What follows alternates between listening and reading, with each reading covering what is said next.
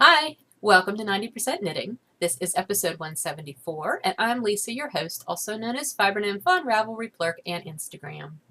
Today's Tuesday, September 29th, and I actually had not planned on recording again in September because I just recorded last Monday, I believe, the 21st. I don't think it went up till Tuesday, though, because, whatever. And I just figured since I was away last weekend and I probably wouldn't have a whole lot to talk about and there wasn't going to be a shop update, I would just hold off and record, maybe the first week of October, because then the drawing threads for this month would also be closed. I could announce winners. But then after I recorded last week and I processed and uploaded and everything, I realized that I forgot to make an announcement that I had wanted to make. And it was too late to add it to last week's episode. I did post it various places around social media where I tend to post things like that. But I wanted to record too this week before it became a completely moot point. And I'll mention it now. I'll also mention at the end in the shop news section. I'm doing a sale this whole week. It started on Sunday and it runs through this coming Saturday in my Big Cartel shop. Sunday was my birthday, so I'm doing a birthday week sale, and it's basically you get 15% off anything you purchase from the shop. It can be in-stock stuff, or it can even be listed pre-order stuff. So like, the Barn Dance pre-orders or any of the standard pre-order stuff I have, like inversible sets and semi-solids and gradients, anything like that. The only thing it does not apply to is gift certificates, which I actually have taken the gift certificate listing down temporarily during this sale just so that it doesn't inadvertently get applied. And then I have to go back and tell somebody, no, you can't use it for that. And it also will not apply for like any specific special orders that somebody requests. Like if you write to me and say, hey, can I get a skein of whatever? And I'll say, sure, I'll be happy to dye that up for you. I will, but the sale does not apply to those kind of pre-orders, like special request pre-orders. Just the ones that are already listed in the shop. So anyway, 15% off using the coupon code birthday week, all one word, all squished together, all capital letters. That will get you 15% off at checkout in my Big Cartel shop. And I will put all of that in the show notes, and I'll try to remember to write that coupon code at the bottom of the screen here too. So anyway, I just wanted to put that out there at the very beginning before I totally forget. I will mention it again though at the end in the shop segment. So okay, let's see. I did not remember to look at the welcome thread before I started to record, so I do not have a list of people to say hello to who introduced themselves in the welcome thread on the 90% Knitting board. I apologize for that, but I'm not going to pause now because I would like to get this recorded and taken care of, so I will catch you next week. I promise. I will do my best. Let's say that, because I honestly can't promise anything when it comes to what I need to remember anymore. My brain doesn't seem to want to cooperate in that way, but I'll do my best. Okay. Let's get on to the knitting. I was away all last weekend, Friday through Sunday. I flew down to visit my son who lives in North Carolina on the East Coast. And I had a wonderful weekend. It was very, very laid back. We relaxed, seriously. It was like, we went out to lunch one day, but other than that, we just sort of hung around his house. Him and his girlfriend and her kids and stuff. And it was so nice because I wasn't home here, which means I had no way of working, which if I'm home, even if I'm relaxing, I end up working because I work from home and that's just how it works, how it goes. So it was really nice. I didn't have to do that. I didn't have to think about anything. I could just relax. And I did a ton of knitting. So I have things to show you. First of all, I have hand-spun Afghan squares, which I know this is supposed to be my football knitting, but it actually made really good travel knitting as well, like on the plane. So I've got 3 squares to show you. This one is, let's see, I think it went this way, not that it really matters, but this is out of the unknown fiber that I had used for the last square that you saw last time. I had enough to do another one. I think I actually have enough to do maybe one more, maybe not quite. I might have to add something else in. But anyway, so this was square number, I think this is number 23. And then I did this one. This is the Colors of Venice colorway. I spun this just recently, actually, and I'm honestly not even sure that I ever soaked and thwacked it, but for this, I don't think it really matters. So, and I don't remember what the fiber was. I'm going to say it was probably BFL. I didn't make a note of it. So anyway, this is square number 24, I believe.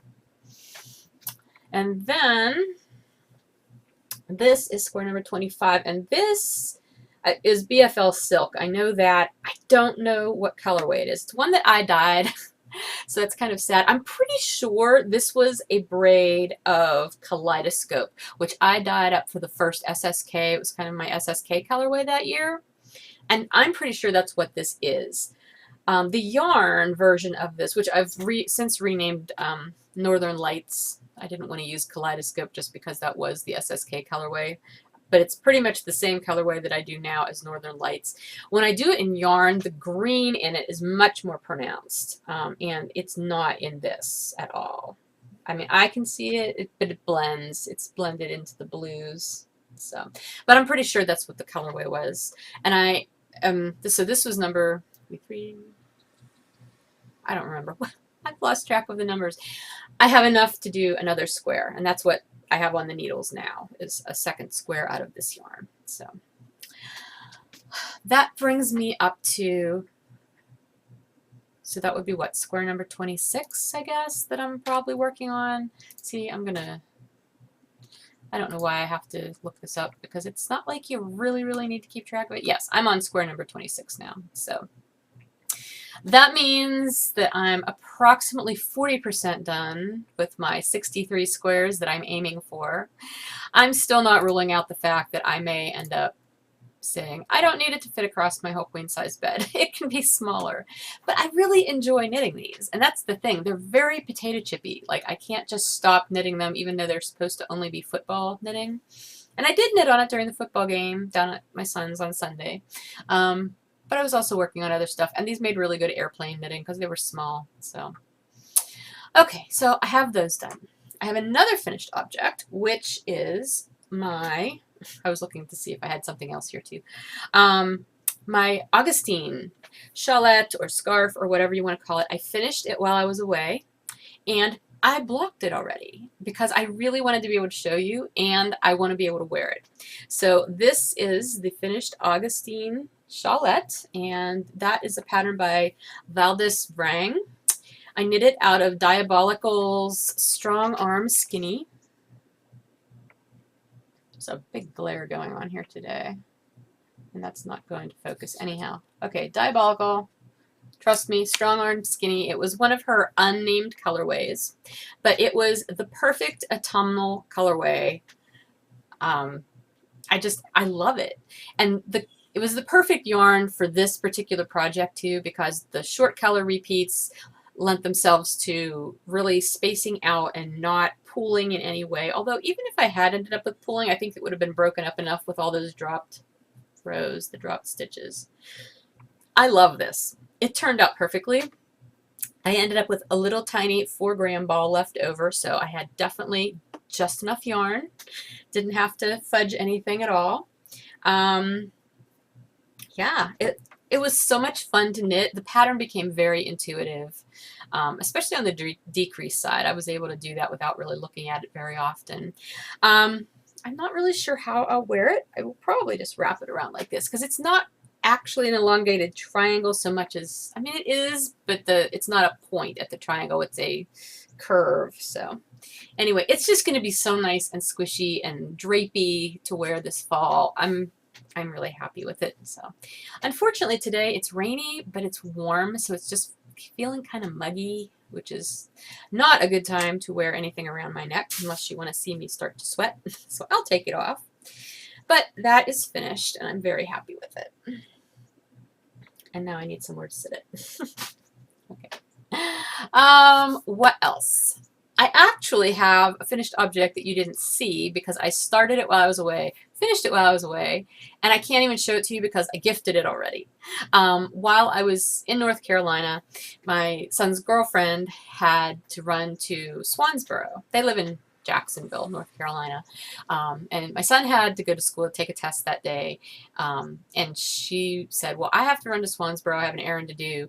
You're welcome to stay here. You're welcome to come with me. I'm like, well, if you're going to Swansboro, would you mind very much if we stopped at this little yarn shop that I love to go to when I can go? And she's like, oh, no, that'd be great. So we went. It's the Salty Sheep. It's in Swansboro. I've been there many times. I love that shop. It is just adorable. They carry a beautiful range of yarns from various and sundry dyers. Some commercial stuff, some indie stuff. It's just really, really nice. I love what they have there. And they have tons of samples. So as we were looking around, it was funny because my son's girlfriend's not a knitter. And she's like, I didn't know you could knit this many different things. She's like, I thought you just kind of made blankets or scarves. I didn't know you could make clothes and all this stuff. I'm like, yeah, you can do lots of things. So I basically told her, and she was like looking at different yarns. And she's like, oh, this is so soft. This is so nice. I said, well, if you see something that you really like, you know, sample wise, and you'd like me to make something, I'd be happy to do that. And which I've knit for her before. She's the one I made the black mitts for last Christmas, the fingerless mitts. So anyway, she there was a big chunky cowl made out of Malabrigo Rasta as a sample there, and she really liked that. And I said, I'll be happy to make that for you. Pick out the yarn and I'll make it. So she picked out this really pretty like, it was a gray, like many different grays. It was so pretty. So I bought that to make that for her, and I had to buy needles, which it took US 19s. I don't own 19s. I do now. I didn't own 19s, and I definitely didn't have them with me, so I now own a pair of 19s. Do I have them in here? I do. This is 19s. My goodness. I can't remember. I have knit with huge needles before. I can't remember the last time I did those, so it was really kind of awkward. Oh, I forgot I have the leftovers from the skein. See, isn't that beautiful? I think it's called Plomo is the colorway. But this yarn is so amazingly soft and squishy. It was so nice. And the only reason I have leftovers, because it was just a seed stitch scarf, and I asked when I was checking out, you know, do you have a pattern for it? And they're like, it's just cast on 51 stitches, work in seed stitch till you're almost out of yarn and bind off. Like, I can do that. Kelly wanted hers narrower than that because she's really tiny. So I did not need to make the whole 51 stitches. I think I did 37 stitches, and I only did it about 8 inches high, or it would have like covered her entire face. So that's why I have some left over. But I do have a picture of the finished cowl, which I'll try to remember to embed it here, but if not, it will be either at the end of the podcast, or you can just go to my project page because I have it listed there too. So anyway, that was a really fast project, and what was really fun was she has 2 sons, and her younger son is 10, and he was watching me the night that I had started this cowl, and he was just sitting on the couch, and he's like, what are you doing? And I told him. He said, well, how do you do that? So I was showing him how you do the knit stitch, how you do the purl stitch, and I was going along, and he was just continuing to watch, and I said, do you want to try? And he's like, yeah. So I handed it to him, and I walked him through, and he caught on really quickly. So he did a couple stitches, and he handed it back to me. He's like, okay, you do some. I'm like, okay. So this is how it went for a while. I would knit some, and then I'd say, do you want to try? And he would take it, and he did a few, you know, stitches back and forth, and then I would work. And then he started asking, can I do some? And I'm like, yeah. By the end, I got to the point where I just handed it to him, and he sat there and he just kept knitting on it. And I was sitting there knitting on something else, and I would just check it every once in a while to see if there was any mistakes. And he did make a couple mistakes here and there, which I was able to fix really easily. In the end, he pretty much knit the entire second half of the cowl himself. I did the bind off, but otherwise he knit it. It was amazing. I mean, I've taught kids to knit before. I've taught adults to knit before. He probably caught on to it faster than anybody I have ever taught. It was so much fun. And it's been a long time since I've worked with a kid to do that too. And it was just a lot of fun. He's such a cute kid. So anyway, that was fun. So it was extra nice to be able to he gave her the cowl at the end. He, you know, made it a little bit more special for her to have a cowl that her son helped make. So anyway, that was part of my weekend. Let's see, what else? I did work on some other things while I was away. I have changed my project bag, so now I need to actually figure out which one has what in it. Okay, no, I'm sorry. The zombie socks I put in my bat bag because, you know, Halloween and all. I finished the first zombie waffles sock, except for the afterthought heel. I did obviously put the needles in to do the afterthought heel, and then I realized I did not take any tiny pointy scissors with me on my trip, and they didn't have any that would have worked. So rather than trying to snip this with something less than optimal, I just left it and didn't bother worrying about it. So I will do that. Sometimes I wait until both socks are done to do my heels, but I just decided I would do this one so that I had a fully finished sock. It wasn't really a big deal. So, and this is my Fiber Nymph Dye Works. This is the Squish Point 2 base, 2.0 base, sorry, which is the Corriedale nylon blend. I love it. It's really soft. It does not feel rough at all. I mean, in the ball, it does have a different texture than, say, a merino-based yarn, but I'm loving working with this. It's just so soft and squishy, and it'll hold up really, really well, too. So this is the first sock. I've definitely got plenty for the second sock. And this is my double tap colorway, which is my colorway inspired by the Zombieland movie. So anyway, I worked on that. The other thing I worked on was the the bright sparkly rainbow socks, which again, this has been my movie knitting, which I've not been going to movies, I don't think, since I even started it, so it's been my otherwise mindless knitting, which I moved into my Sew For You pumpkin bag. I love how this is turning out.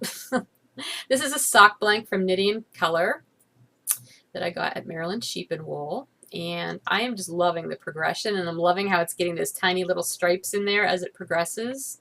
I put in a marker, I think this isn't where it was the last time you saw it. I think I put in this marker because I'm judging that's probably where I will start my heel. This is just a plain vanilla stockinette sock, so it really doesn't matter. I could just knit as long as I wanted to and then do my toe and then measure backwards and put the heel in. But I wanted to make sure I had at least that much for my cuff, so that'll probably be around where I start the heel, but not necessarily. We'll see how it goes. So yeah, let me show you you've seen the sock blank before. I'm getting used to knitting with the sock blank now. So I imagine the foot part will end somewhere here in this pink, which will be good because then I'll do the heel for this in the pink as well before I pick up with the blue for the next sock. And again, I actually may knit in, I don't know, if I get into the blue, I could do the heel in the blue since the heel is at the the blue is at the very top. And again, I will probably pull off about half of that and start my next sock here because I don't want this much blue in my next sock, and that's what I did with the first sock too. So there's always sort of a plan. But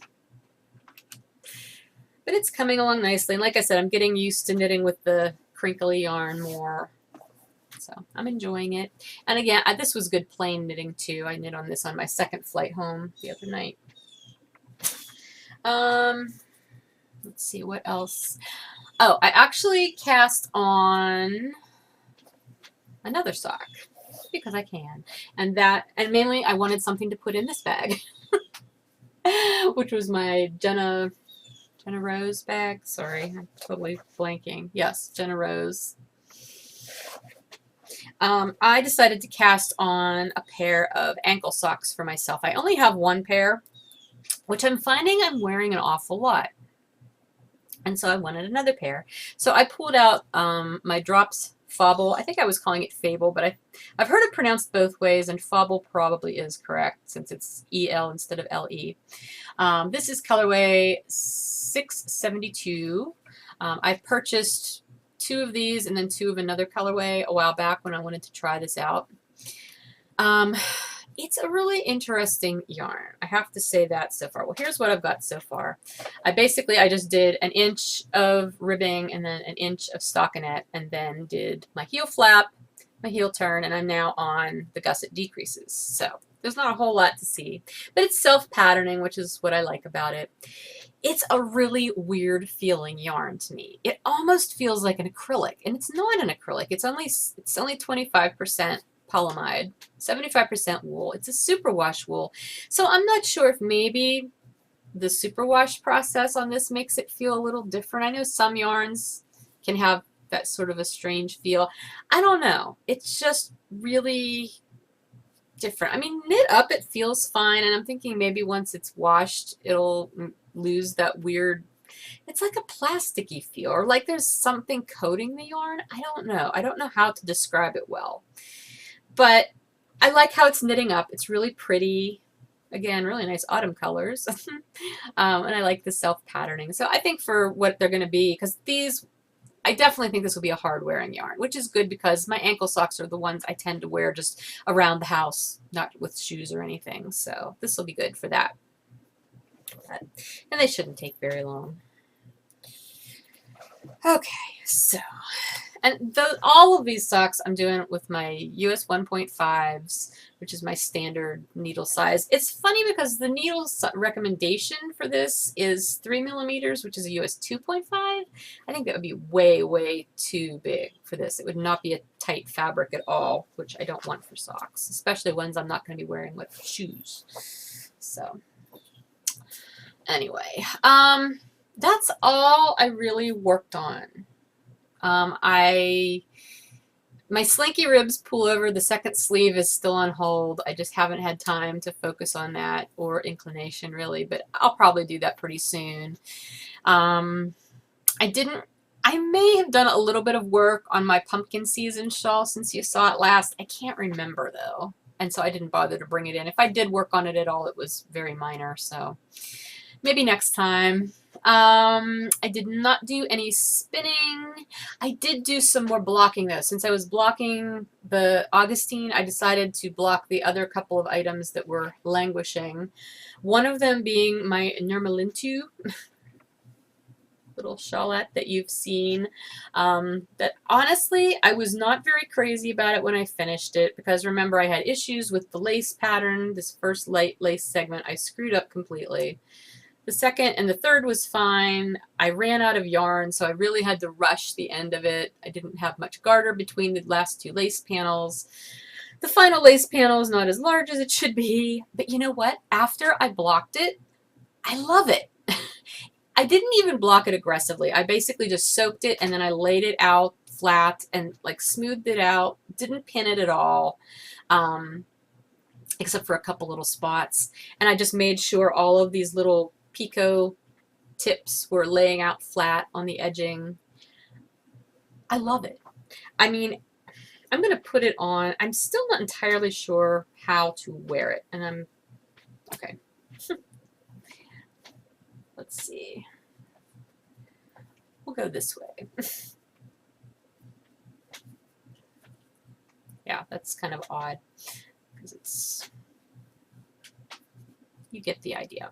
But what I like about it, and here I'm going to stand up a little bit, is I like seeing these last two lace panels.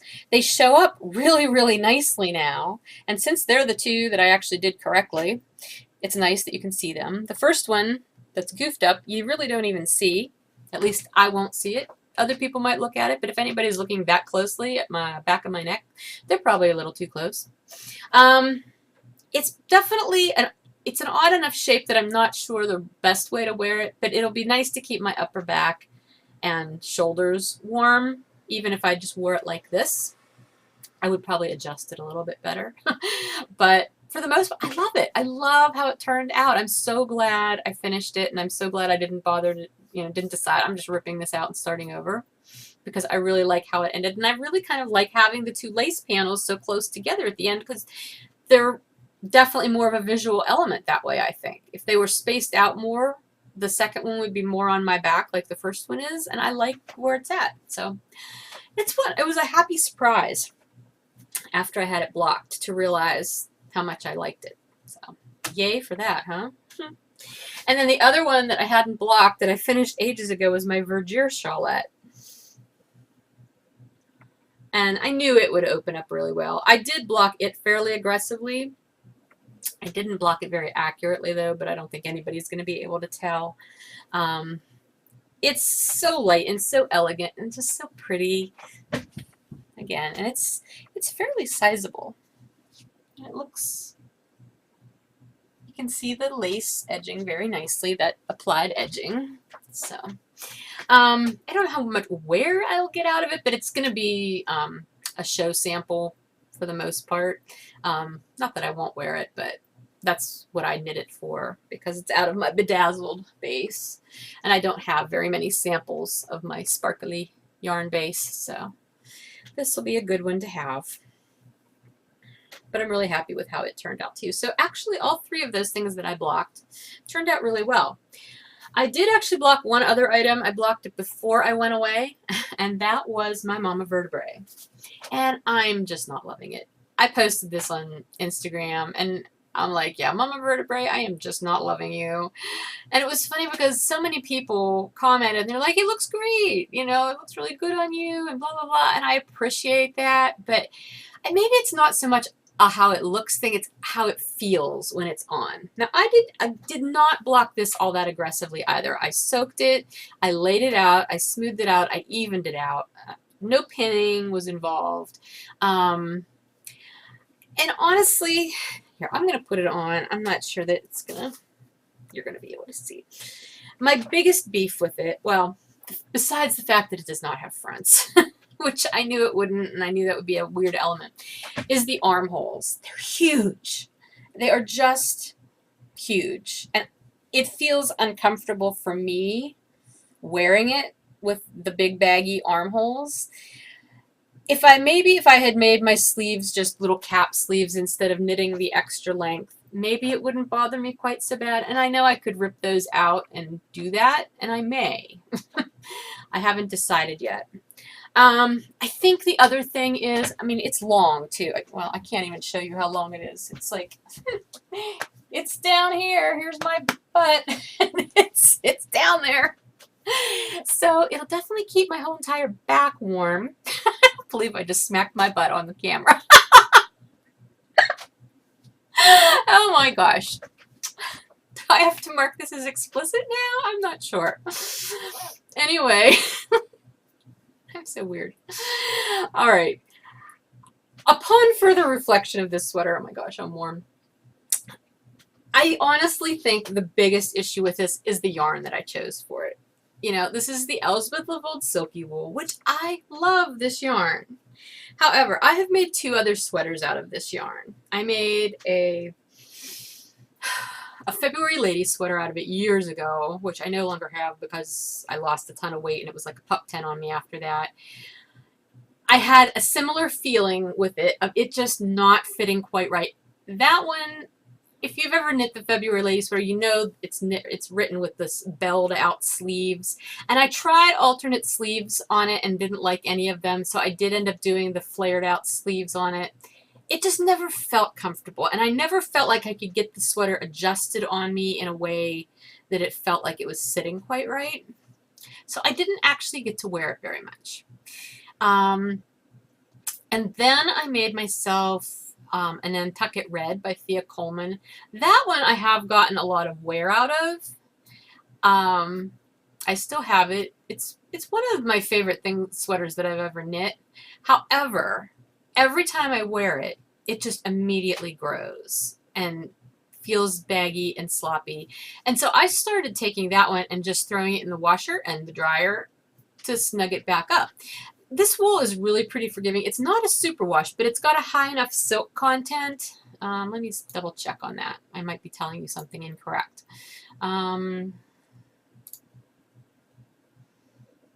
See, okay, on Ravelry, it lists silky wool as having 45% wool, 35% silk, 20% nylon.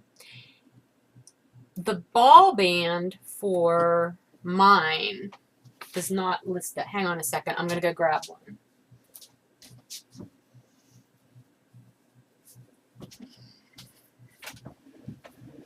Okay, I'm back. I should probably put the camera up here so that I know that I'm actually looking at you correctly. This is an old skein, another skein that I have I mean, this is from 2006 was when it came into the shop, so it's been around for a while. This listed as 65% wool, 35% silk. Okay, so if there is indeed nylon in silky wool now, there did not used to be. And I know this was the same content as what was in the yarn lot that I made that mama vertebrae out of. And all my other sweaters for that matter. The silk keeps it from felting, like immediately felting and shriveling up, which is why I feel comfortable throwing it in the washer and the dryer. However, my Nantucket Red, I've done that with so many times now that it is almost a little bit felted, and it's definitely shrunk up more than it's shrunk in, which is the way most things do work whenever they felt. I still wear it, and I can, you know, it's fine. It's seen a lot of wear. So, but again, it was one that just, that drapiness and the fact that I think the silk content keeps it from having as much memory as a, you know, just a full wool yarn would have.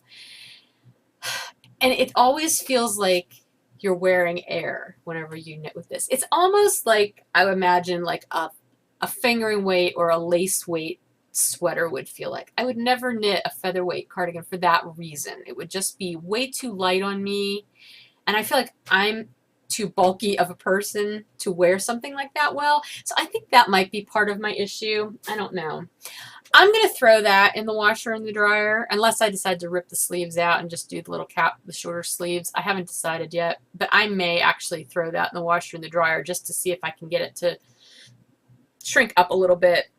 Lengthwise, I wouldn't mind if it shrunk up a little bit, because it's definitely grown. Just from me trying it on several times, it's definitely grown lengthwise. There's just not the memory there. So, I don't know. I only have, I think, 2 skeins of this colorway, so it definitely won't be a sweater. I may try making some sort of, you know, like a shawl or a scarf or something out of this, because I think it would be beautiful for that. And there's a nice yardage, 175 meters, so that's what, probably 100 and, let me figure it out, like almost 190 yards, I think. Anyway, maybe more. I may have done my calculation wrong. You don't need to know that. You can figure it out yourself if you really want to know. Anyway, I don't know. I think I need to stop making silky wool sweaters is probably the bottom line to all that. Oh, what else? Let's see. Yeah, I already said I didn't do any spinning. That's it for all the fibery content at this point. Let's talk about the cowl. The alphabet cowl is still going on through tomorrow. So you have tomorrow to finish your knitting and get your pictures posted. You have till midnight your time. I will close the finished object thread sometime on Thursday, probably in the morning. So you have time. Just make sure your knitting is done by the end of the 30th. I feel like I'm going to sneeze now. Sorry. Okay. Oh, pooh. I was going to re-announce the August winners, because I realized that I mentioned that last time too. The August winners, that was the episode that did not upload correctly to YouTube. Or to, it uploaded to YouTube. It did not upload correctly to, that's not the right one. I can't find it now. Shoot. I may just email or message the people on Ravelry who won that I haven't heard from, because I think I've only heard from one person. And I've still not mailed out your bag. I'm really sorry. I was going to do that last week before I went away. I will do it this week. I promise. I've only heard from the one person, I believe, unless I have a message waiting for me that I haven't seen yet. I am a little behind on my messages. Anyway, I will do the drawings for September next week. In the meantime, on Thursday, once I close the September thread, I will open the 4-month thread, the grand prize thread, and I explained this last time. If you did participate and posted at least one qualifying finished object in each of the 4 months of the cowl, so June, July, August, September, all you had to have was at least one. You will need to put a post in the grand prize thread with your, well, your name will obviously be there, but you will need to list what your post number was in each of the monthly finished object threads so that I can verify that more easily rather than having to go through everything and all my databases and trying to correlate. I just don't have time to do that. And I also don't want to make any mistakes. So I'm putting that on you. Basically, you need to qualify yourself for the grand prize. The grand prize will be a $100 gift certificate to my Fabrinymph Dye Workshop, which you can either use in a shop update, you can use for special orders, with which, yeah, special orders. We can talk about whatever you want if you're the winner. But anyway, that will be the grand prize. The September prizes, again, will be $10 in Melinda Vermeer patterns of your choice from Melinda. She has donated that each month, so thank you again so much, Melinda. I have a skein of yarn from Undead Yarns. Heidi was kind enough to donate that, which I've shown in the past. I don't have it here. I'm not going to hop up again lest I start slapping other parts of my body. And lastly, I have a flurry kit of mine, which gives you the yarn and the pattern to make one of my flurry cowls. So those are the prizes for this month. Let's see, what else? I have some new things to share with you. This I actually should have shared last time and totally forgot. This is a little pattern from Melissa, who is from Meltrian Designs. And if you remember, I talked about her lotion sticks recently. She's making these no-touch solid lotion sticks. And this is one of them, which again, the glare is making it really hard. This was actually one of her temporary labels before she got her permanent labels that she's using now. Not that that matters. But anyway, they're awesome. This one stays on my desk and I use it all the time. I have another one in my purse, which I also use a ton. I need to get more of them because I want to stick them kind of all over my house. I use them a lot and they're great. But what she did was she created a pattern for a little cozy, a solid lotion cozy. So if you wanted to give these like as a stocking stuff or whatever, you know, buy this and then you have the pattern. I can't remember if she's doing a promotion where you like can get the pattern if you buy so many of the sticks or not. That's sort of sticking in my mind that maybe she talked about that at one point. I don't know if that's the case. I know this is a paid for pattern on Ravelry, but I think it's very, very affordable. So, and you can make a billion of them for gifts. I think they're perfect little gifts. The carabiner does not come with it. You have to provide your own carabiner or loop or whatever you want to use. But I think it's just an absolutely adorable little pattern. Perfect way to use up scrap yarn too, because it's fingering weight yarn and you only need like 15 yards of it to make this. So check that out, the little solid lotion cozy. The other thing Melissa gave me, and I didn't ask her if it was okay to show this, but I don't think she'll mind. She sent me a little birthday present, and it's this pendant. It's an origami owl. Okay, see, if I do that, I'm really close to the microphone. I don't want to blow your eardrums out. Sorry about that. I'll take it off. So it's an origami owl pendant, which I've heard of origami owl. I think this is what Callie from Dramatic Knits, I think she's doing origami owl. Anyway, it's a Tree of Life pendant, and I love Tree of Life things. You know that. I have my tattoo, my Tree of Life tattoo. I've got other Tree of Life things, and I actually have a pendant that is this same design. That's where I got the idea for it. I don't wear the pendant a lot because it's the same as the tattoo, and that seems redundant. Although the pendant that I usually wear has this tri-scale design in it, actually. It's slightly different, and I wear that all the time. But now that I have this, I think this is going to be my new most of the time pendant. It's got the Tree of Life, and then on the back it says, "Life is a gift."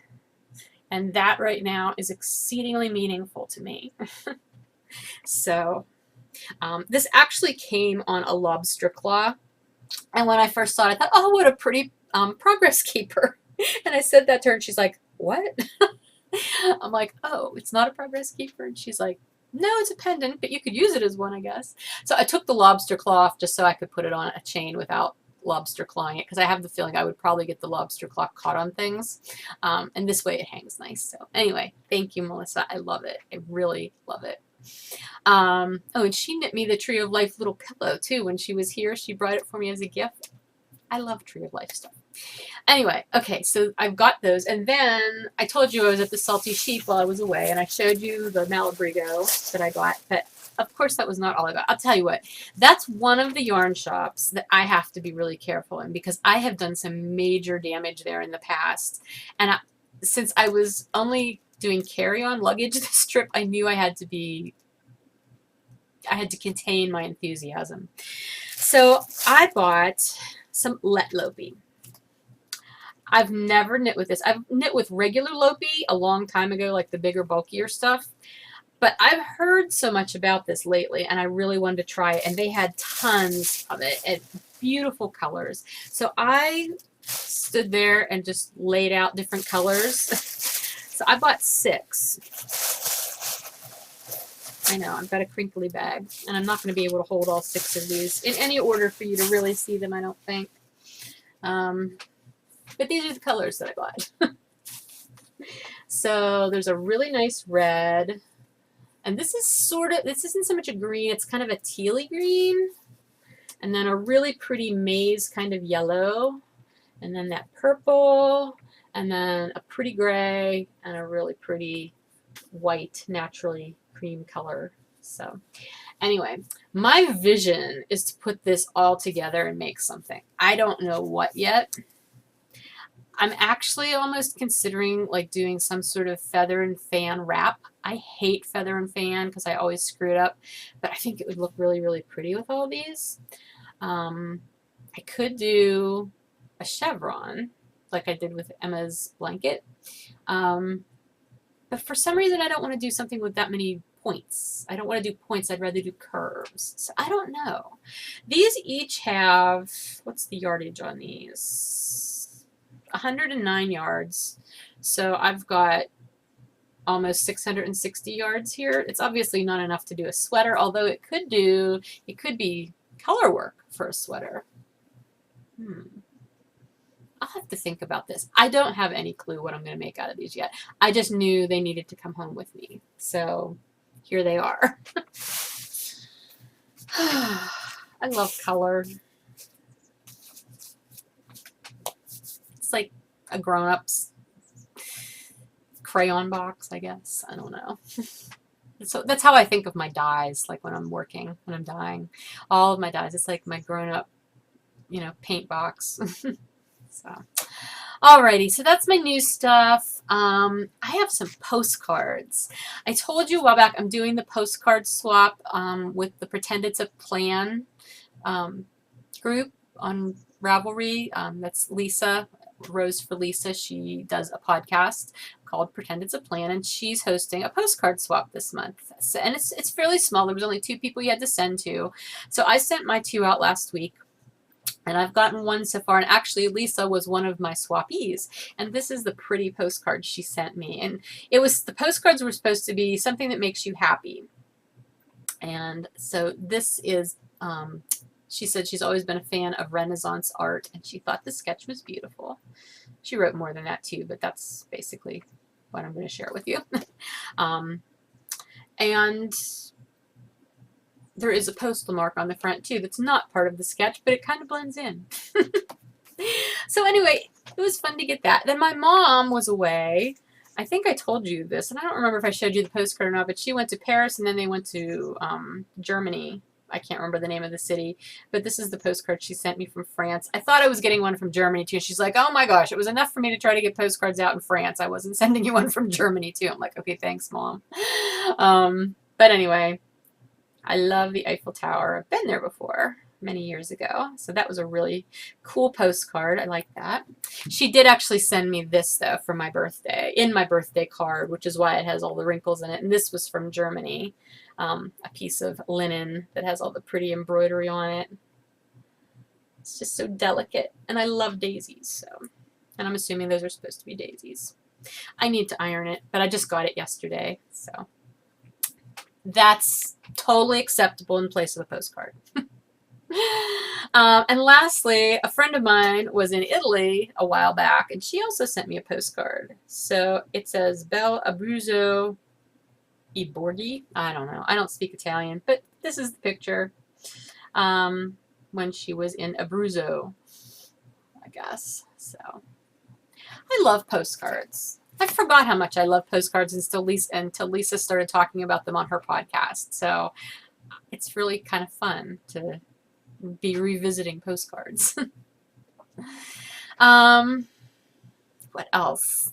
Speaking of sweaters and like that, I had to dig out my box of winter clothes this morning because I wanted to find that Nantucket red sweater that I had knit, just to see if I was remembering the issues I had with it as I was, and I did. But as I was pulling out my winter box, there are so many hand knit sweaters in it now, which is really kind of fun because I've been slowly building my hand knit sweater wardrobe over the years. The problem is a couple of them I know are not going to fit me at all this year. They're going to be way too big because I've lost weight again this year, like 25 pounds since the beginning of the year, almost 30. So there's one sweater I know for sure is going to be way too huge that I made a few years ago. The Shandai sweater that I made, last winter, it just fit me last year. It's going to be way too big. I don't know what to do with it. I may try throwing it in the washer and dryer a little bit. I mean, it's a super wash wool, so it's not going to shrink up very much. The other one, the Bridget cardigan, is not. It's a non-superwash wool, but it's already short. Like, I didn't knit it as long as I should have, so I'm just afraid if I tried to shrink it, it would be like a crop sweater by the time I was done. I'd rather just hand that off to somebody else who might be able to wear it, so I will probably do a drawing for that at some point and put that up for grabs. Yeah, and then I've got a couple of other sweaters, although on the flip side of that, I've got a couple of sweaters that I made, and they were a little snugger than I would have liked them, and also a little shorter at the time, like my Owls pullover. That always felt just a little more snug than I'd like it, and I tried it on this morning, and it fits perfectly. So now I feel like I actually have to sew the rest of the eyeballs on my Owls, because I only put eyeballs on one and a half out, so it looks like one's winking and the other is wide-eyed. So I think I'll sew some more eyes on my Owls now, since I know that I can wear it. And then there was that sweater that I made last year. Well, actually this year. I finished it towards the end of winter, and I really never got to wear it. It was that turtleneck pullover. I can't even remember the yarn that I made it out of now. Shoot. I could look it up real fast. I loved how it turned out. It was the Francis pullover. That's what it was. And I knit it out of Nashua Hand Knits Woolly Stripes. Loved it. Turned out so perfectly. And I will probably knit another one of those, although I'll probably not do the turtleneck on the next one. I'll probably just do like a crew neck. I'd left that sweater out over the winter. I didn't put it away with everything else because I thought I was going to rip the bind off at the bottom off and add another inch. But trying it on today, it actually fits pretty well lengthwise. I think just because I've lost weight, so it's not pulling up as much. Although I also did not have a bra on when I tried it on, so that could accommodate. I may have to try these things on again, more fully undergarmented. But I think in general it'll be fine. I'm not going to bother ripping it out. I mean, I could, but I don't have to. So anyway, I've got some other sweaters that I think are going to be a little too big, but they were never ones that I was super crazy about anyway, and I didn't wear a whole lot, so I'm not overly worried about that. I'm just going to keep knitting more sweaters. It's not like I don't have them to knit, you know. I don't have the yarn. Like, I'm almost done with that one. If I can just get that second sleeve on that Slinky Ribs, I'll be golden. And then I can finish off the bottom of it. And then in queue, I have my antler cardigan that I want to make, that I already have the yarn for. And then I have the yarn for the other one that I'm totally blanking on the name. I've showed it to you before too.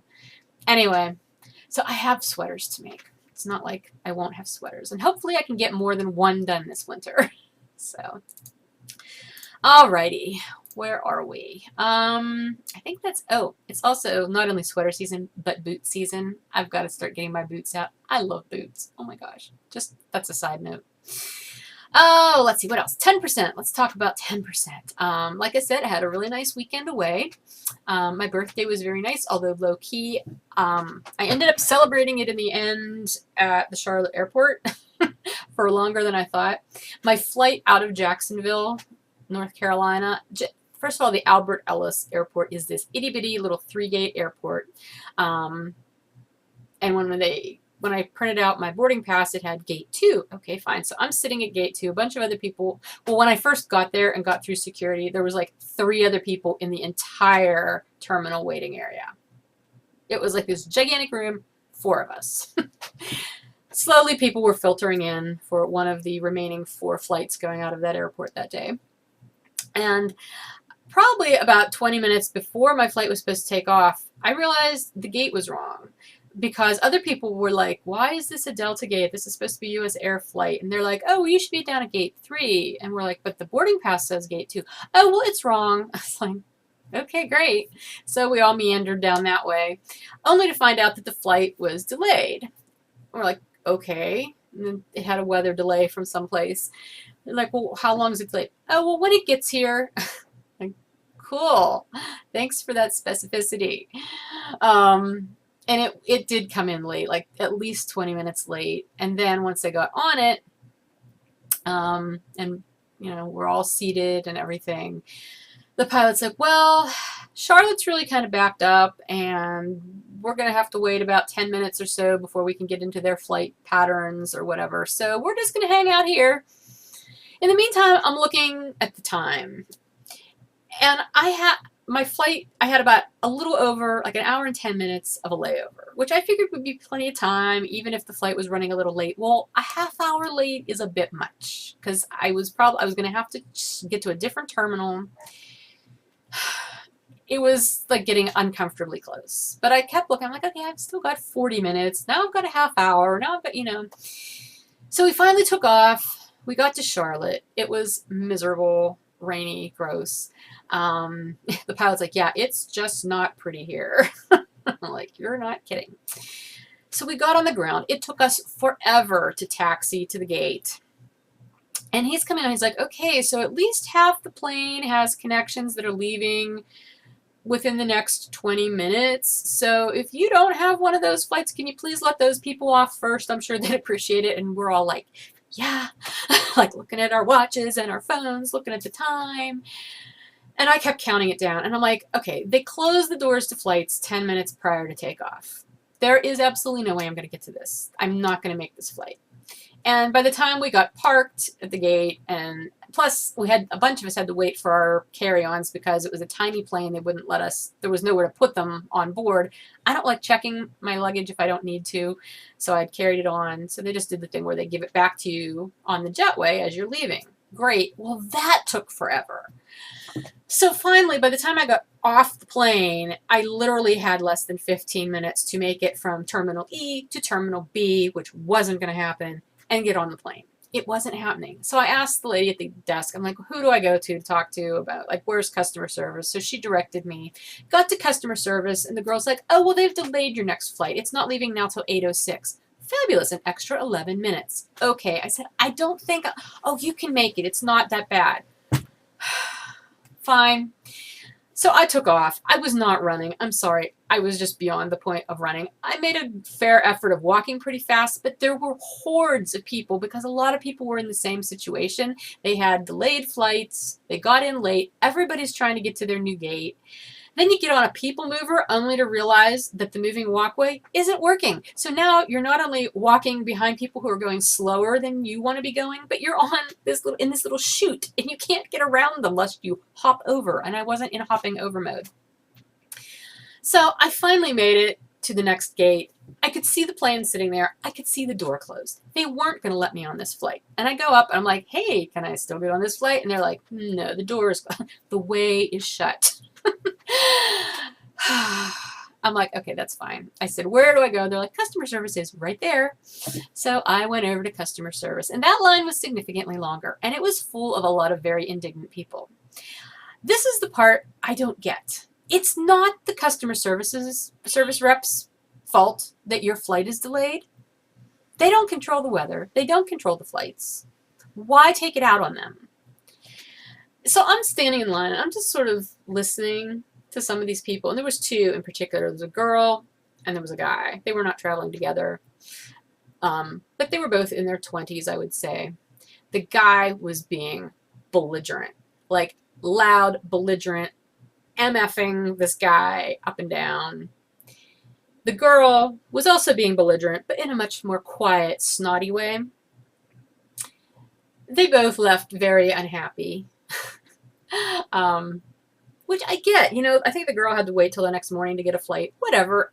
I wouldn't be happy either, but, you can't change it. There's some things you just don't have control over. The guy, however, as he's leaving, he was still roiling. He was not happy. Well, there was this security officer standing kind of at the end. It was this small-statured woman. Okay, this guy was big. Small-statured woman, and she stopped him as he was leaving. She's like, "You do not behave that way in this area." And he started at her, and she's like, "No, you do not behave that way. You will not speak that way here." And he backed off. He's like, "Sorry." I'm like, oh, I really wish you would have just slapped handcuffs on him. Some people just need to be, So anyway, I was able to get on a flight a couple hours later, so that was fine. Even if I would have had to have stayed in Charlotte overnight, I wouldn't have cared. My daughter lives in Charlotte. I could have said, "Hey, sleeping on your couch tonight. Be there shortly." I guess if you have someplace you actually have to be Monday morning, it would be more of an issue. But again, you can't control it. So anyway, I did make it home, but it gave me time to, use the restroom leisurely and get something to eat where I could actually sit down and hang out. So it was fine. I made it home. It was like 1:30 by the time I actually got home and got to bed. Sorry, my nose is itchy now. And yesterday was really rough. I didn't have enough sleep and good quality sleep, so my whole entire body was achy, which is a side effect of me not getting enough sleep. So I really had kind of a calm, low-key re-entry day yesterday. But I'm feeling pretty good today, so all's well. It is still raining, though. It rained the whole time I was in North Carolina. It's raining here.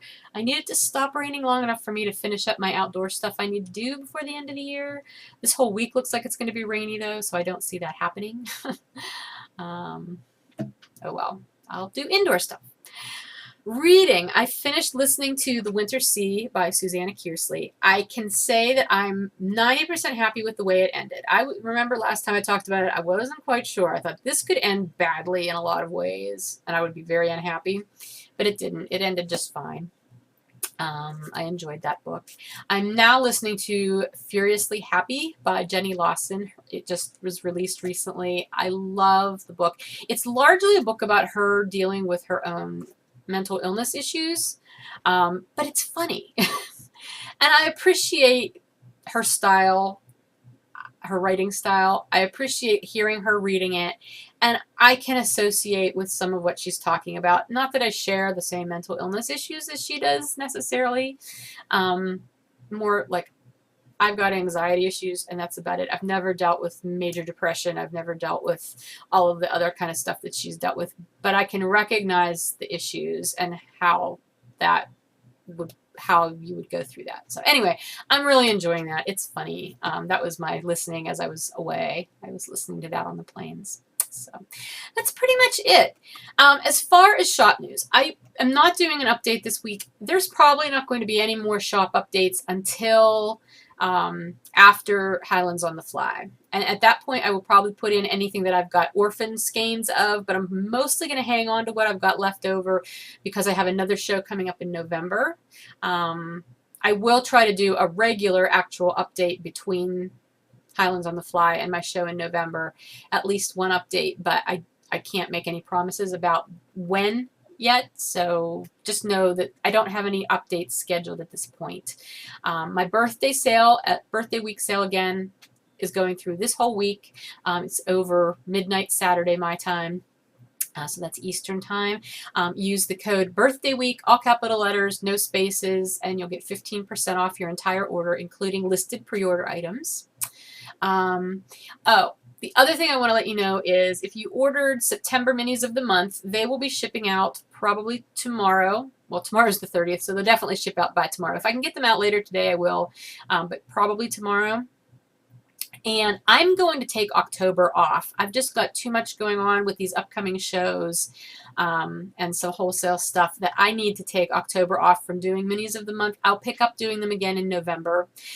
Some people have been concerned that they really hope I'm going to do 12 months worth of them, and I still will do at least 12 months worth of them.